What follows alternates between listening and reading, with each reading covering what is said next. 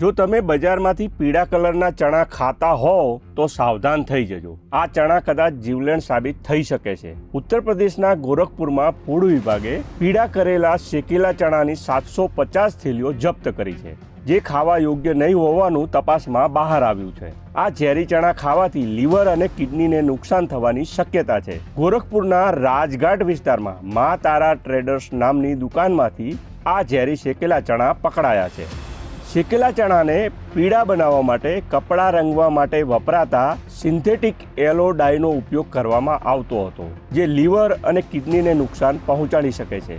યુપીના food વિભાગે કેમિકલયુક્ત ચણા જપ્ત કરી વેચાણ ઉપર પ્રતિબંધ મૂકી દીધો છે. તપાસમાં જાણવા મળ્યું છે કે ઝેરીલા ચણાનું કન્સાઇનમેન્ટ મધ્યપ્રદેશ અને છત્તીસગઢમાંથી આવ્યું હતું.